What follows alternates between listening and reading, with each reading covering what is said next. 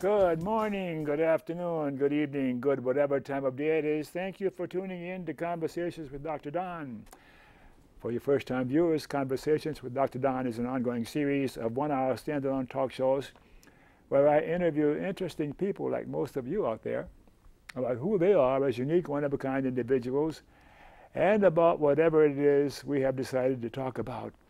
And the title of tonight's show is Portland Revels actor Ithica Tell, and that tells it all right there.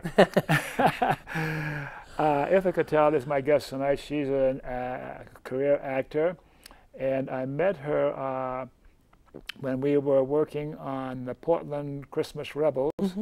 And I'm sorry I had to drop out of that, but you're still with them and still having a good time. Huh? Absolutely. It's fantastic. I am overjoyed to be able to be part of that particular production. And so disappointed that you will not be paying my grandpa-in-law. I'm so sad. I was looking forward to it, but I had so many things going, you know. Absolutely. It was overflowing, yeah. Yeah, it was, I mean, you know, it's a busy schedule, and you work really hard, and that's really important that you have the time that you need to do what you need to do. So we miss you desperately. And, you see why I have her on the show? and yeah, you'll get to, well, I look forward to having you come and see it anyway.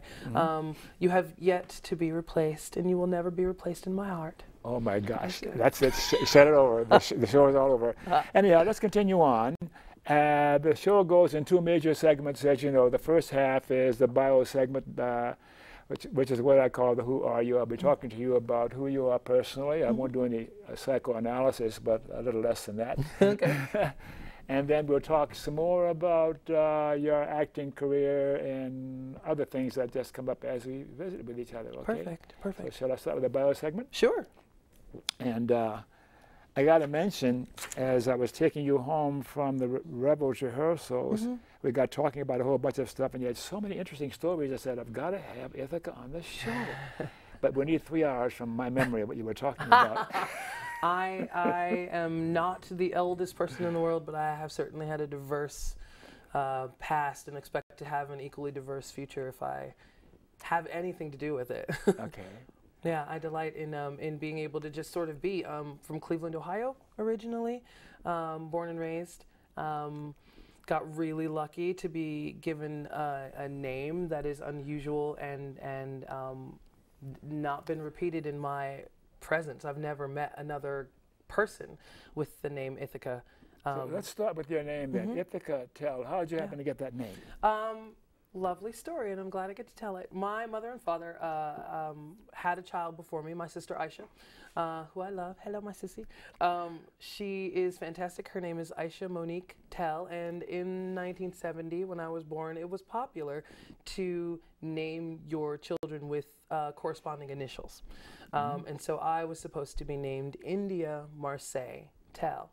My cousin, India, I also love her, was born 2 weeks before me and stole my name. Well, my aunt stole the name, and I thank her for that because my parents were now on a mad dash to find another appropriately attractive sounding name for a female that started with an I. And my mom is of the age where people would name their children Irene or Eileen or something that was lovely, however, a little more old-fashioned than my mom was going for. And as one of my baby gifts, someone had given my parents an atlas, and well, for me, an atlas. And my mother found my name in the Greek cluster, and I am named after Odysseus's home, which is fantastic and thoroughly exciting to me. Never been. I expect to go sometime in my future to both of the Ithicas, as there is one in New York as well.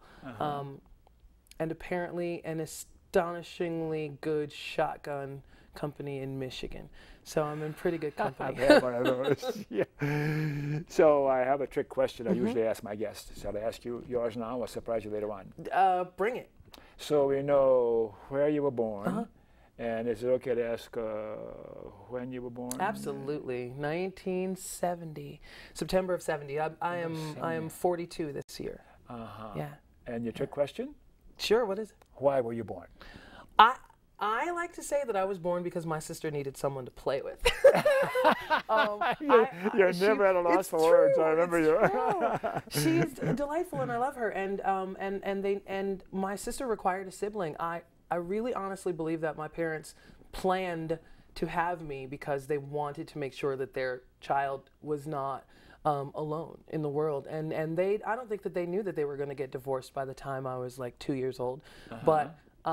But they did, and that is totally on them, and they are happy, and I love them both. But I'm my sister's China doll. Like that's what she called me for ages.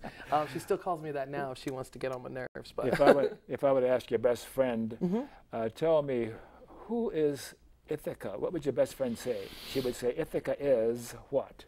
Oh man, I wish I knew that. I get a lot of Ithica is strong, and I am. Talk to me in the first person. You're your best friend. Ithica is awesome. I love it. I love it. That's enough. That's enough. I like that. Anything significant about your cultural heritage that's worth repeating? I am an American child. I don't really fall into the idea that my melanin is indicative of who I am as an American or as a person. I am an American particularly. We're a global society, and if I go to Africa or Sierra Leone, anywhere, I'm always going to be looked at as an American. I grew up on American TV. I grew up on American food. I love Kraft cheese. You know what I mean? Like I'm a down-home girl. And that's pretty much who I am. I speak a little bit of Spanish because it's important. I took some sign language because getting to know other languages helps you get to know other people. What does it mean to be an American, other than what you've said? Oh, wow. I think there's a level of responsibility. That's not the word I'm looking for, but I think it's going to track that we as Americans have to have. We've been given so much privilege, all of us, regardless of whether we fall into the minority in this country or not. We've all been given a huge amount of privilege. I mean, I just saw this wonderful bumper for a company that's trying to incorporate loans for people in different countries because, children in Brazil can't go to school. They don't have student loans available to them at the drop of a hat like we do. Yes, we have to qualify, but so many of us qualify. When you say we were given so many privileges, who gave us these privileges? Well, we took them. I'm not going to say that we didn't fight for them. I'm not going to say that my mother didn't bust her hump, making sure that I had better opportunities. I'm not going to say that my dad didn't either, and you, and every single person that has come before me. But we as a country have some opportunities available to us that several other countries don't have. However, we are not the best. When I consider the fact that in the Netherlands they go to college for free, that astounds me. And here we are forcing in some cases our youngest and most vibrant asset to start their lives under a huge pile of debt. If there were anything that I could change about this country, that would be one of those things. We would be better in that respect than We're going to talk some more about that, and when we talk about political and social issues after you finish your acting career in history. Yeah. How about a religious preference? Is that a fair question? Do you have one? It is. My religious preference is to not be religious at all. I grew up holiness, Baptist, pretty monotheistic. We were Muslim for a while as well, and so I have this idea of monotheism as a part of my culture. I have, however, had to incorporate the positive and completely excise the negative, which is unfortunately 95% of the information that I feel like is carried in the dogma. There's a lot of energy, there's a lot of love that I maintain from my Christian upbringing. There's a lot of respect that I maintain from my Christian upbringing about the way you treat people, but I cannot get behind these mandated ideas of how people are supposed to behave based on someone's idea of what they like about people or not. I have a homosexual uncle. I am never, ever, ever going to stand behind a person who tells me that his life and love and energy was wasted simply because he decided, or not decided, simply because his heart pattered at the sight of a man instead of a woman. I cannot abide that. I can't get behind somebody who says that, you know, this woman can't vote or go to school because she's simply a female, and their religious laws disallow that.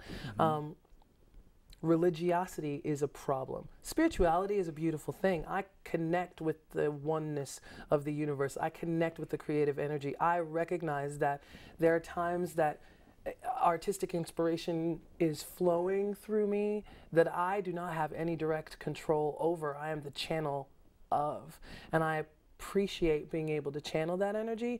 I will never stand in the way of it and say that I made it happen. Is that what you mean by spirituality?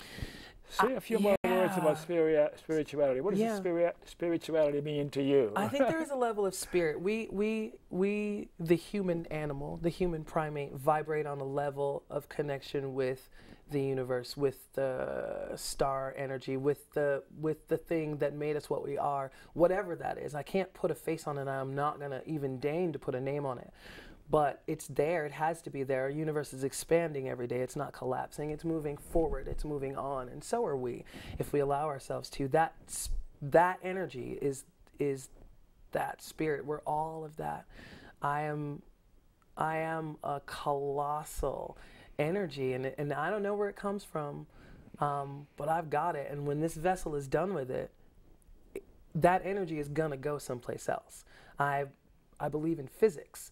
Energy never dies, and physics connects to religion for me in that way, in that I may lose this beautiful brown skin body, but what's powering it is going to go on and do amazing things someplace else. It might be in 1,000 different places at once the next time around, and I don't have any control over that except to be excited about its leaving when it goes. Do you have any evidence of what you're talking about right now?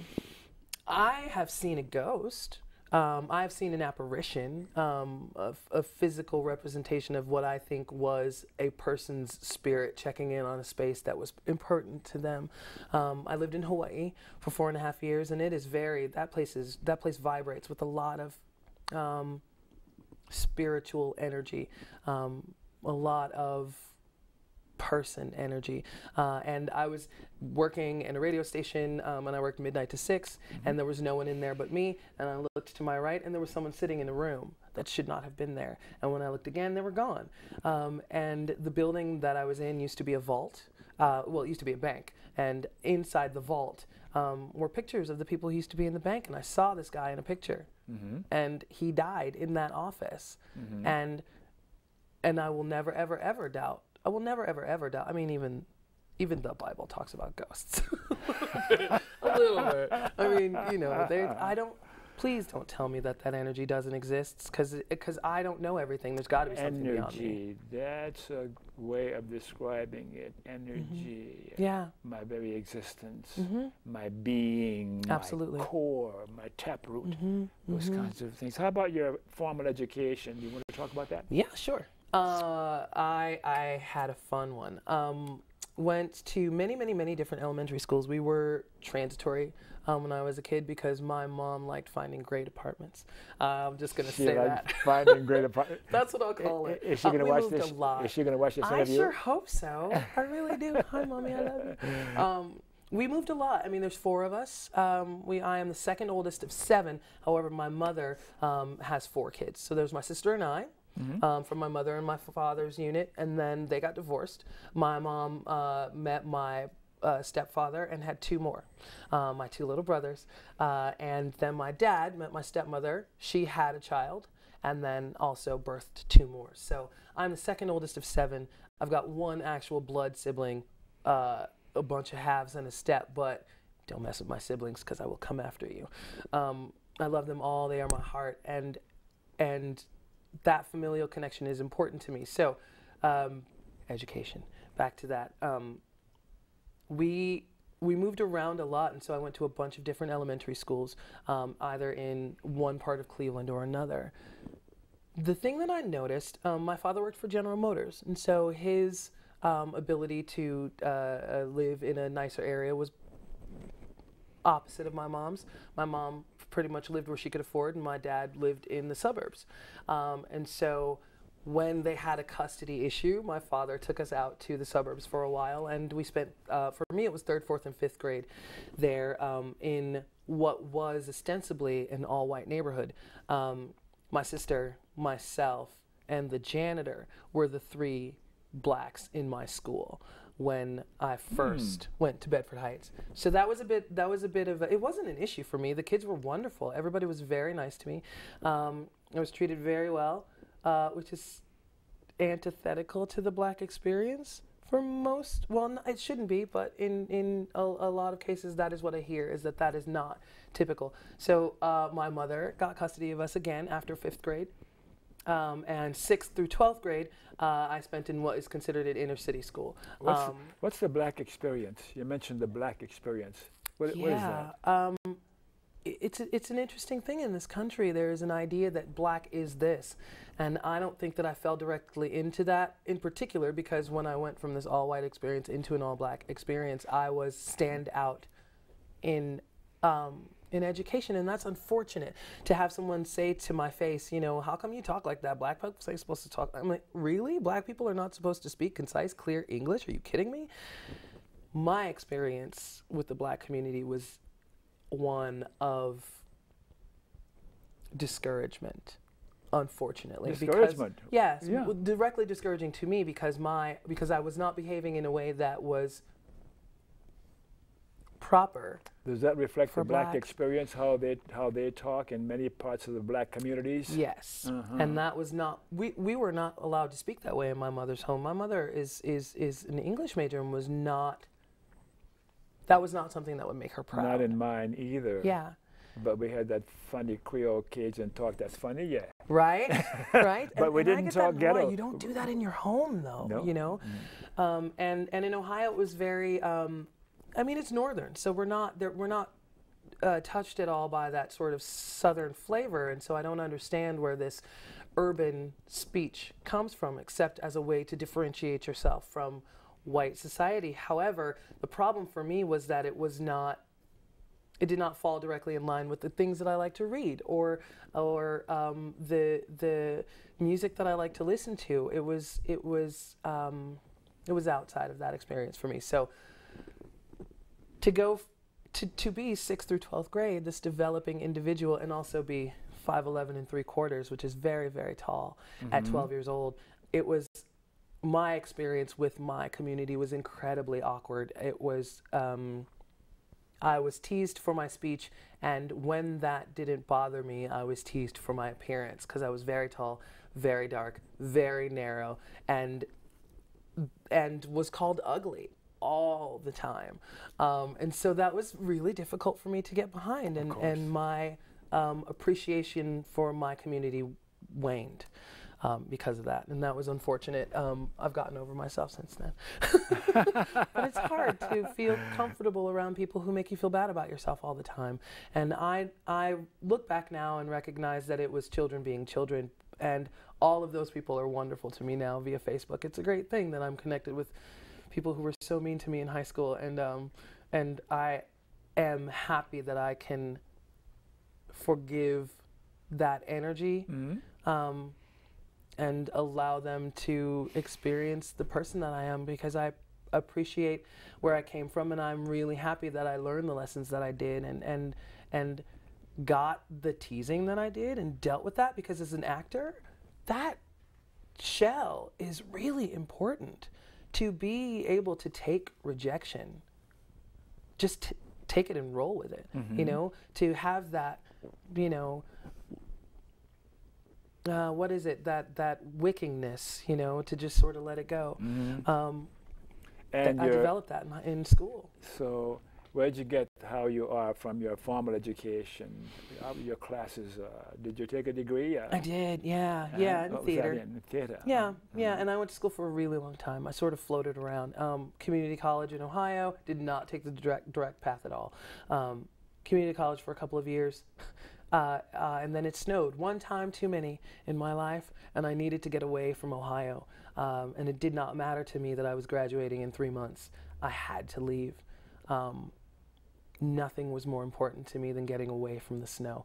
And so I moved to Hawaii and floated around there for 4.5 years, got really, really deeply involved with the Christian church there.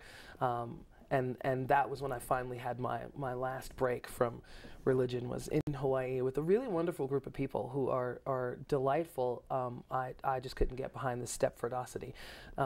Would you characterize yourself as being a-religious, agnostic, atheist, or any of those terms fit for you? Or what term would you call yourself? I Just used simply to say spiritual atheist. I used to say atheist. Well, I used to say Christian, and then atheist. And now I'm kind of switched back to agnostic because I really don't know anything at all. I know that I feel things. I know that things strike me that I didn't put there for myself necessarily. I am not going to say that there's some big man in the sky. I'm not going to say that there's a predetermined plan, but I will say that I have been put in the direct path of opportunities that I did not expect for myself. And if you are the maker of your own path, how can there be an obstacle on your path that you didn't put there? Therefore, I am not the maker of my own path, at least consciously. If I set it out for myself before I got here, why not be my own path maker in that way? But it's not. Who's the maker of your path?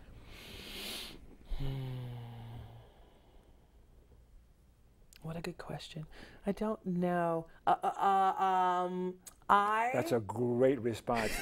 I don't know. I'm serious. know. So many really people don't. are afraid to admit that. I don't know. And I then would they like go to think that I wandering had off something to into do with it. La La Land. You know, I would like to think that my playing with dolls as a child, that my reading to the kindergartners, you know, in the 6th grade, because my mom read to me so much that by the time I was in the 6th grade, honestly, I was testing as a sophomore in college at reading level. And that's fantastic. However, it also meant that my English classes were really boring to me in the 6th grade, and I was not doing well scholastically, test-wise, because whatever, I'm over this stuff. So they sent me away. They tested me out of my English class and had me go read to the kindergartners. So here I am with like a book in my hand and a puppet, and that path is not what I thought I was going to do necessarily. I thought I was going to be a fashion designer, you know? And here I am bored, and someone saw something in me and put me on that path. She saw it. I didn't see it. So I don't know how I got where I am right now, except that this is what I'm good at. I'm good at being charming. I'm really good at talking. I memorize lines really, really well. And emotionally, I'm unstable enough that I can put myself in situations Unstable enough, I like and that. then bring myself back from that. Are you a Mensa? I am not a Mensa, unfortunately. I don't like to study enough to consider myself a Mensa. I would say that I channel genius really well. Channel genius. Yeah. Interesting. Yeah. You think you're smarter than the average bear, or just average, or less than average? Or? I would say that I am better informed than the average bear.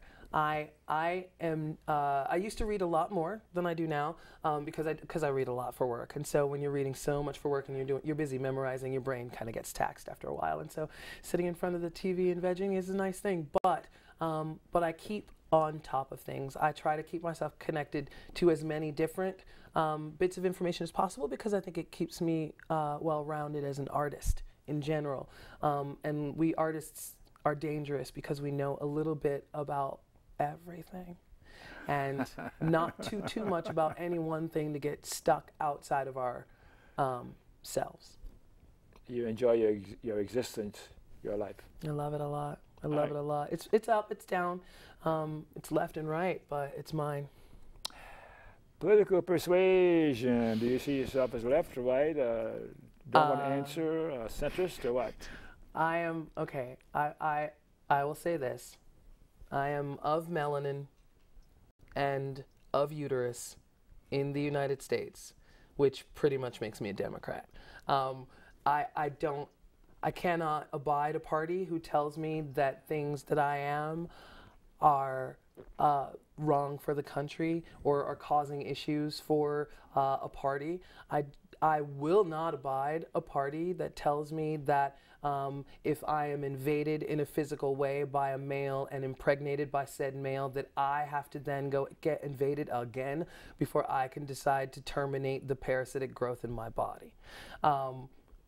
Like, that is not okay for me. I'm a woman in this country. We are a majority. I don't care what you say. We outnumber you. Don't tell me what I can do with myself. On top of that, I am a melaninic minority, which just means that I got blessed in that I have a harder time getting skin cancer. Really, it's not that big a deal. It takes more genes to determine eye color than skin color. And I live in a country that says that because of this, well, it's said that because of this, I couldn't own a home, I couldn't own a business. I mean, I feel like I need to stay left. Plus, I'm left-handed. La Sinestra till the day I die. It's awesome. And when I think about that, it's a wonderful place to be. But there's so much negativity surrounded by being left, surrounded by being liberal. The liberals are the reason that we have so many wonderful things in this country. Like, hi, we wouldn't, the women voting, I can't even get into it. It makes my head want to explode, and I can't channel my thoughts enough to get them focused to a point where I don't feel like I'm rambling, but I am solidly left. Okay. Any memberships in political, social organizations that come to mind? I belong to about 3 million of them, like the ACLU, the NAACP, and Southern Poverty Law Center, and a whole bunch of others. I didn't. I'm not much of a joiner. I am a union artist. I joined my union because that was very important to me. My father's union, way back, General Motors, way back. So I understand the benefit of collective bargaining and things like that. I'm post most of these things. Like I'm post civil rights. I'm post women's rights. I'm sort of in the land of the rights. So I don't really feel like I needed to join any groups to prove that I am in the land of the rights. You know, it's time for me to start fighting for other people's rights, I guess, as it were, standing up and making sure that I lay a strong foundation for other people to walk on, like my mom did, like everybody else did. But I have one I think more question. Gay rights is the one thing that I would book for. I'm not homosexual, however, or a lesbian. However, I feel like that is the last bastion. Besides, you know, this female appearance thing, you know, the sort of plus size wars, that's the last road. That's one of the groups that we need to just back up off of, because they exist in everybody's community. We're all, be we black, white, Asian, Puerto Rican, no matter what, you will find a homosexual. So we've got to step away from this idea that it's something that is inherently outside of us, and recognize that it is a part of us, it is part of our culture, and we're really lucky to have them. If homosexuals did not exist on this planet, we'd be twice our population, and it would be horrible for our mother. The earth cannot sustain us that way. We have evolved to maintain ourselves as a population in a way that is beneficial for everybody. And if you cannot get behind homosexuality because you think that boys kissing is gross, too bad. Darwin, evolution. Right? Just because you think it's gross doesn't mean it's wrong. All kinds of variations on the particular species or subject or whatever. But anyhow, I have one more last question before we take a break, and then we'll talk about your theater experience. Is there any persons from the past or alive today that you particularly looked up to or admired? Any names come to mind?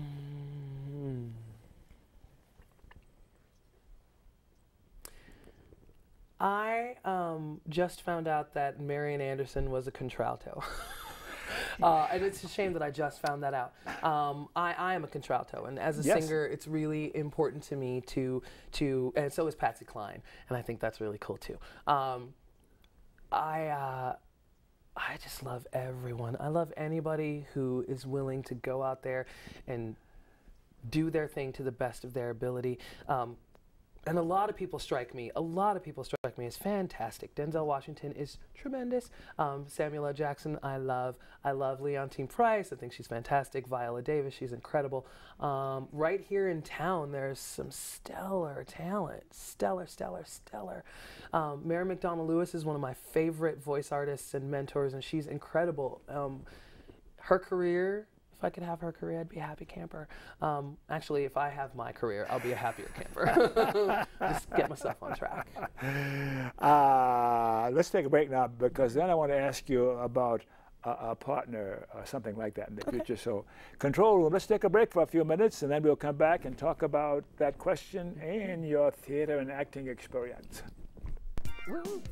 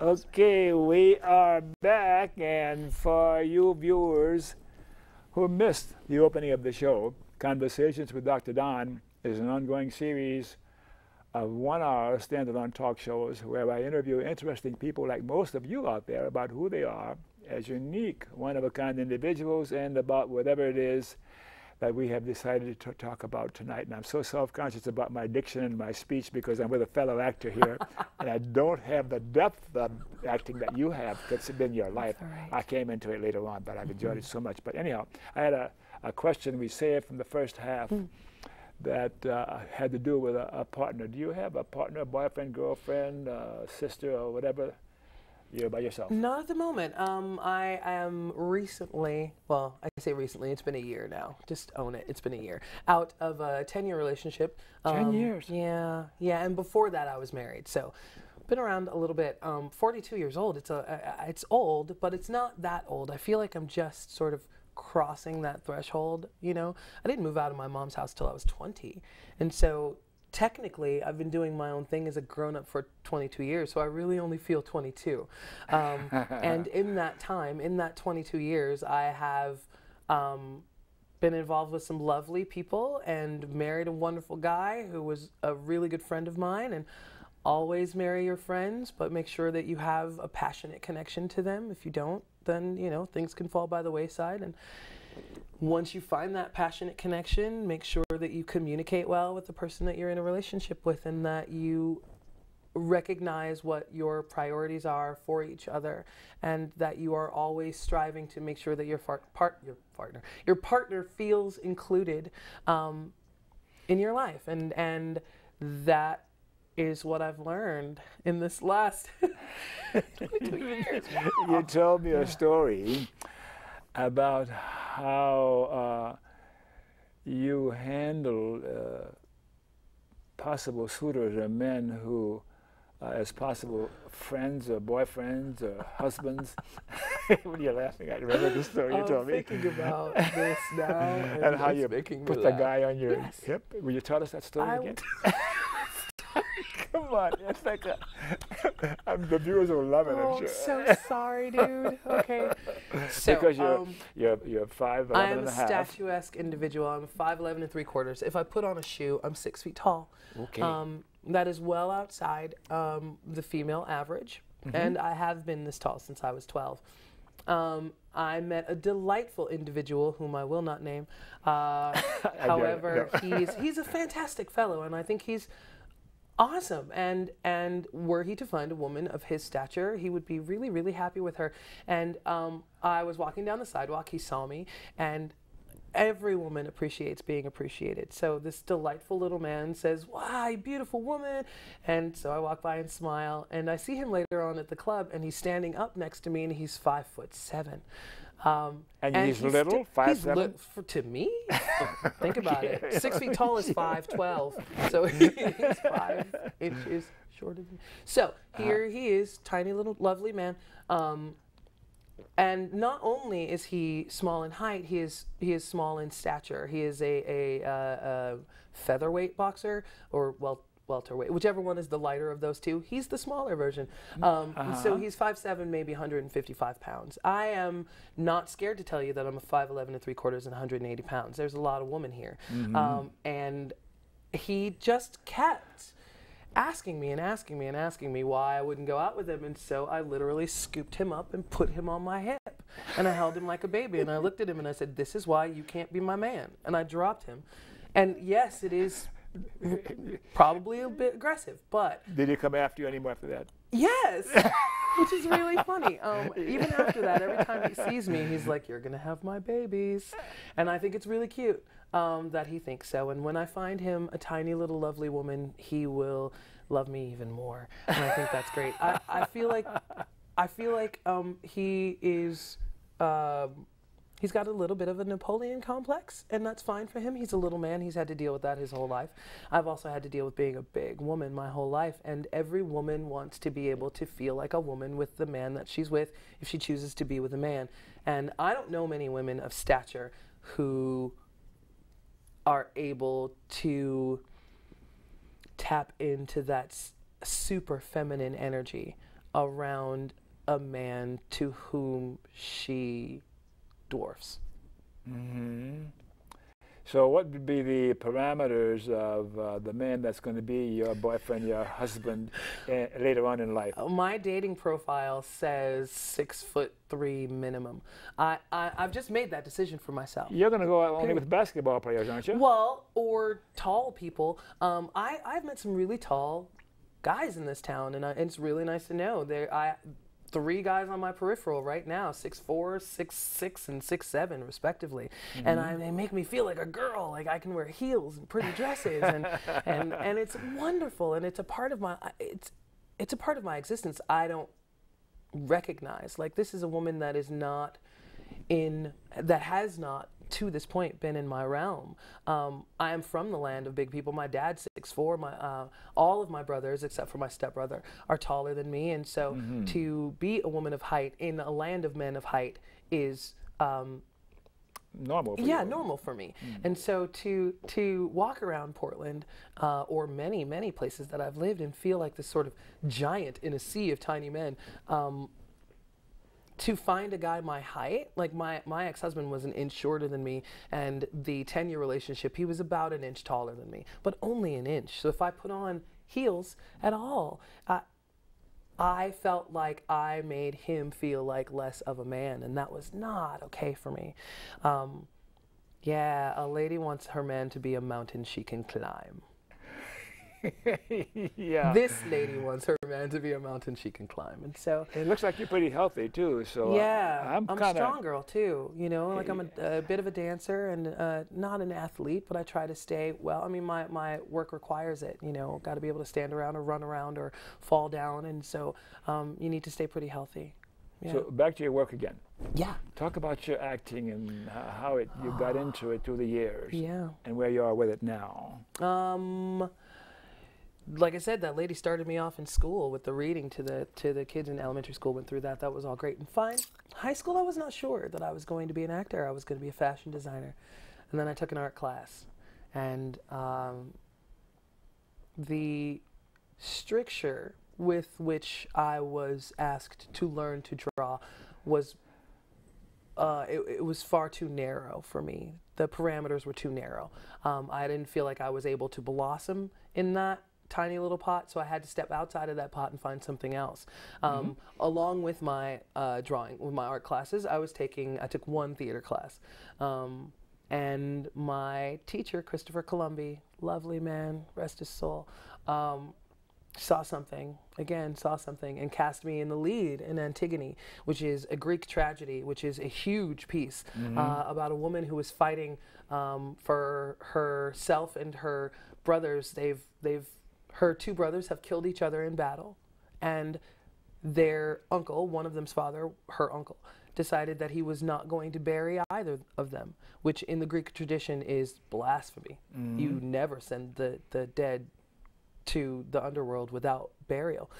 He was teaching them a lesson, and basically Antigone has to be this super strong, horribly torn person who gives herself over to this energy that is more important than her. Burying her brothers is more important to her than her own life. And you rather enjoyed this role. I loved it. And man, to the keening, the just rending of self that was required for this role seemed natural for me. And I fell headlong into it, and have just kind of not stopped since. I feel like there is a huge door opening up for me now as I cross over into my 40s. I've spent a lot of time learning how to act and learning how to get this information out of me, and now I'm growing into my self.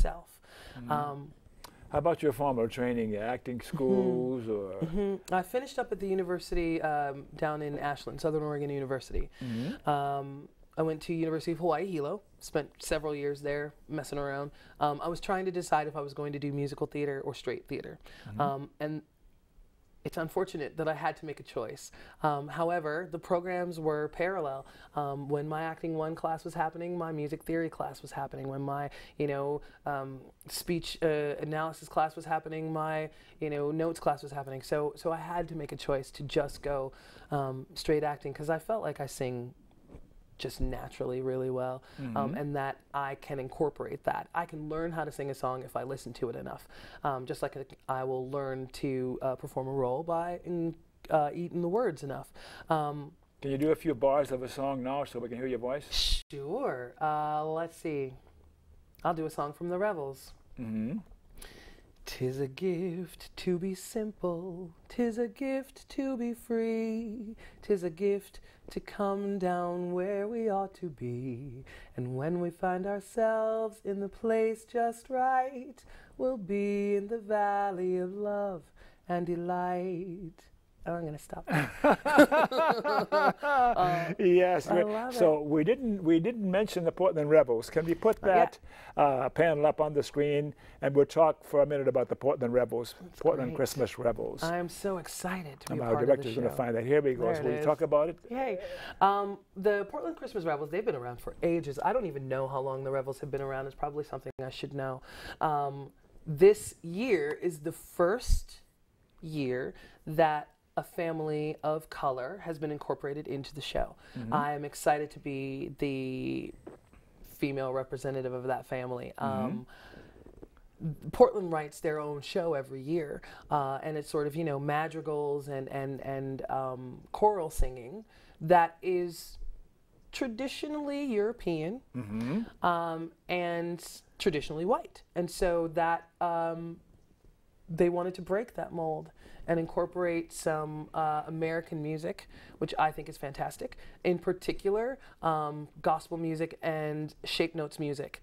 Shake notes music from the Appalachian sort of culture and our gospel music. And so I think that's fantastic to have these two sort of disparate groups. Which wouldn't seem that they'd go together. It would not seem like they would go together. Absolutely. So here we are, the Stewart family. I'm delighted that the writers incorporated an actual family, the first free black family in Ohio. I'm really proud to be able to portray them. I'm from Ohio, so it makes me very proud. And it's going to be delightful. And the story's really sweet. And the children are so good. And it's a volunteer. The choir is predominantly volunteer. I'm very blessed that I get to be one of the paid artists for this show. However, when I consider the fact that those people are busting their humps. They're coming from their day jobs every day. They've learned their music, and they're doing this because they love it. They are the true definition of amateur. It's not, amateur doesn't mean second rate. Amateur means a person who is doing their art for the love of it. Yes, rather than and pay. I love it, but I really appreciate getting paid for it, because I decided to do this as a career. I have put myself in debt to learn to do this thing, and these people are just full of the spirit of art, and it's glorious to see them participate in this way, and they're stunning. They sound amazing, and I you better cannot go wait. because I'm going to be there. You may go the same night that I'm there. It's going to sell out. It's going to sell. It sells out every year. It's at the Scottish Rite. It's a beautiful space. It's going to be fantastic. It's going to be fantastic. So tell me about, through the years, some of your favorite roles or plays that you have done or been in. I just this summer got to play Beatrice in Much Ado About Nothing, which is a Shakespeare piece. I think the most amazing Shakespeare female ever written. She is the toughest chick around. She hangs out with she's like me. She hangs out with the boys. You know, she's always kidding with the prince, and and she's witty and she's quick, and everybody loves her, and I think she's fantastic, and I got to do it and was so pleased with Willamette Shakespeare. For Daniel Summerfield at Willamette Shakespeare took a huge, I don't think he thinks he took a risk, but he took a huge risk casting me as Beatrice. It was completely unexpected.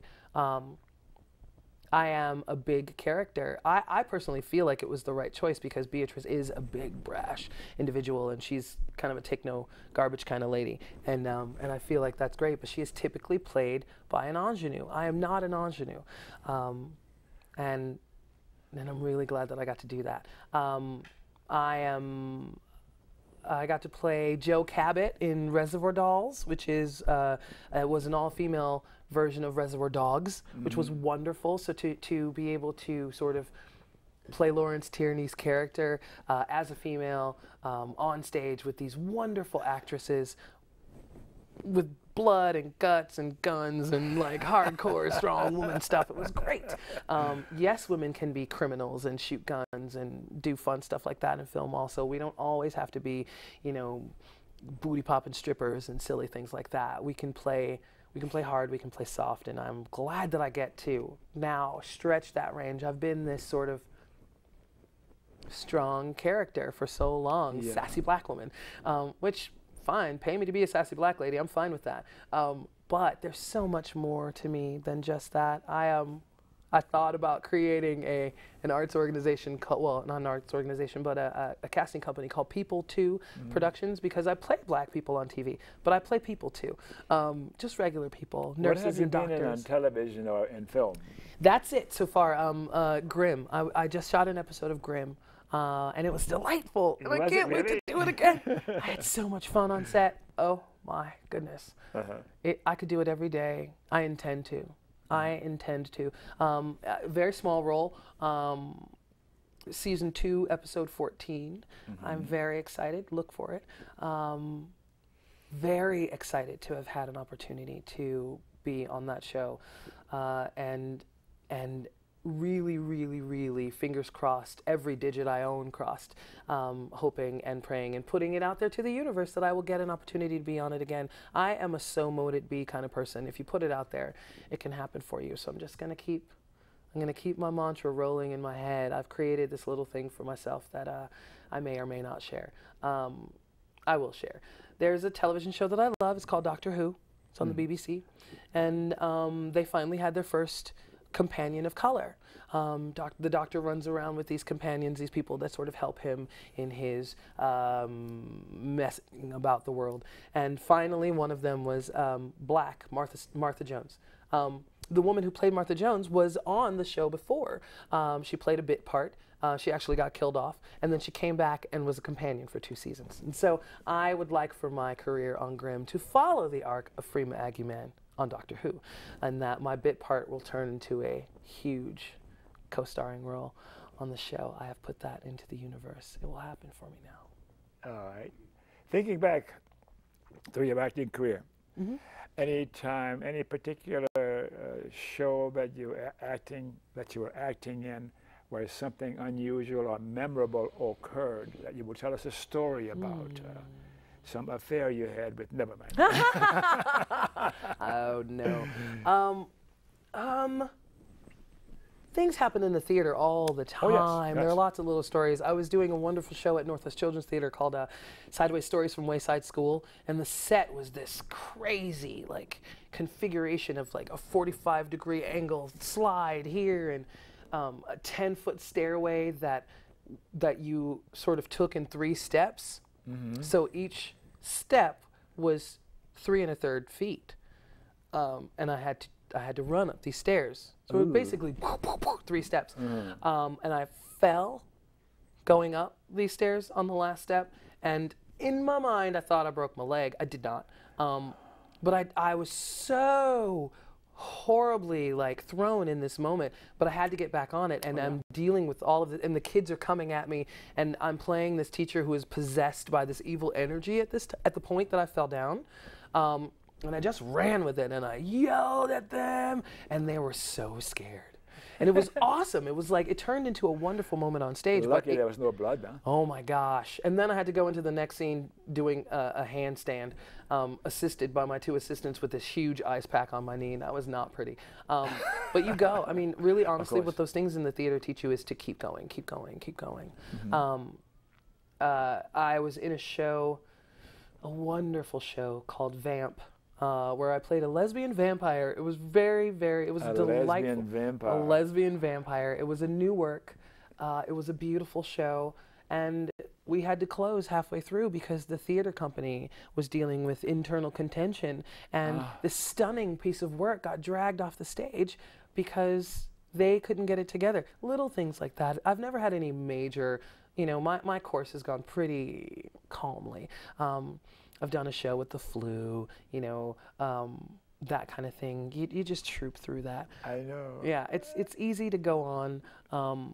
I try not to go on not knowing what I'm doing. I always have those horrible actor nightmares that I'm gonna, you know, forget all my lines, or I haven't been to rehearsal ever, and it's opening night and I don't know where I'm supposed to stand. And those are just those little bits of anxiety that sort of keep us on our toes.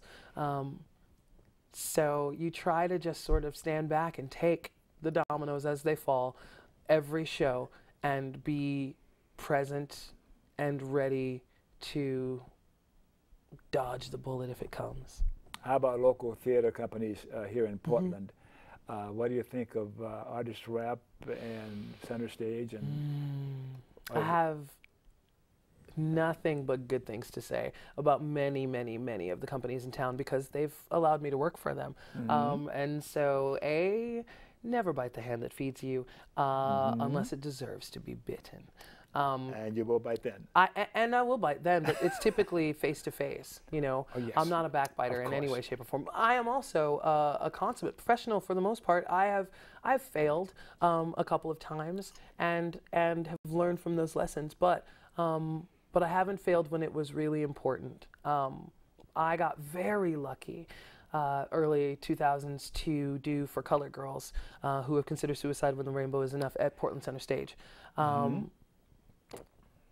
The luck that I got was that the director was a woman that I understudied for at the Oregon Shakespeare Festival.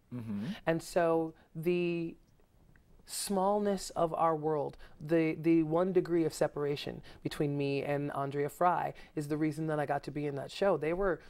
I never would have been cast in that show if it hadn't been for the fact that A, she already knew I knew my stuff. I had already done my stuff for her, and she trusted me to be able to knock it down in 3 weeks, learn it in 3 weeks, and get it spit out in the next 3. And you did. And I did. And we're running out of time.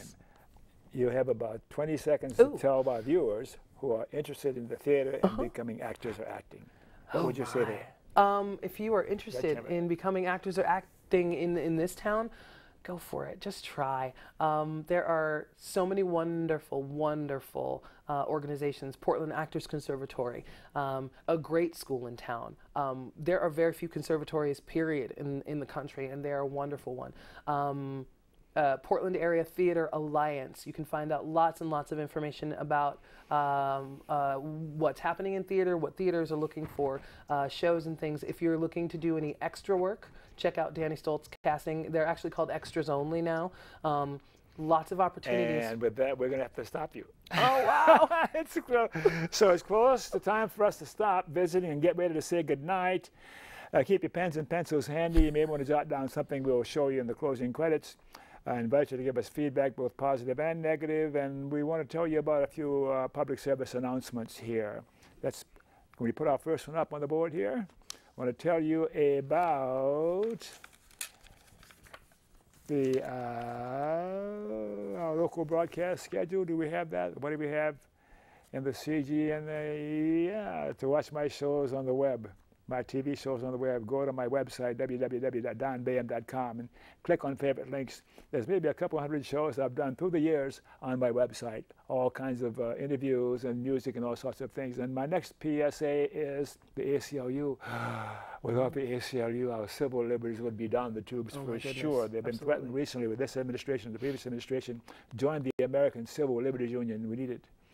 To get my shows regularly broadcast by your local public access station, go to www.pegmedia.org. Next PSA, to learn how to end corporate personhood. We've got to end corporate personhood. That Citizens United decision was horrendous.